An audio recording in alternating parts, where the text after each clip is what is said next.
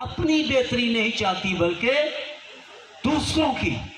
आज जहां पर हम रहते हैं, जिस माशरे में हम रहते हैं, कितने लोग हैं जो दूसरों की बेहतरी चाहते हैं। अज तो हर शख्स को अपनों अपनी पई, अज तो असी दूसरे का बेड़ा गर्क करके अपनी तरक्की करने के चक्कर च पे, और फिर हम ये दावा भी करते हैं मैं मसीह हूं।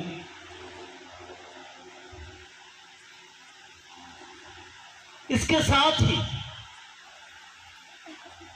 खुदा ने जब हमें रूहानी बरकतों का वारिस बनाया है, तो याद रखें जो रूहानी बरकतों के वारिस होते हैं वो जो बोलते हैं वो हो जाता है,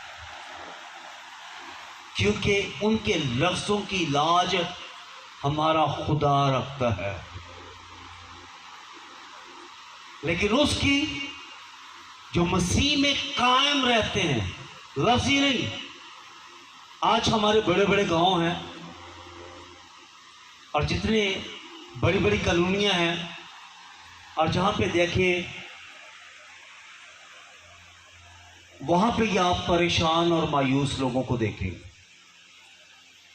दो तीन चीजें नजर आती हैं। सब तो वड्डी साढ़े विच पाई जाती जात परस्ती। क्या चीज? हम जात परस्ती को बड़ी तरजीह देते हैं। हमारे अंदर जात परस्ती इस कदर जन्म ले चुकी है कि हमने खुदा परस्ती को पीछे कर दिया है, जात परस्ती को सामने रख दिया है, जिसका बाइबल मुकद्दस के साथ दूर दूर तक कोई ताल्लुक नहीं। दूसरे नंबर पे मिशन परस्ती।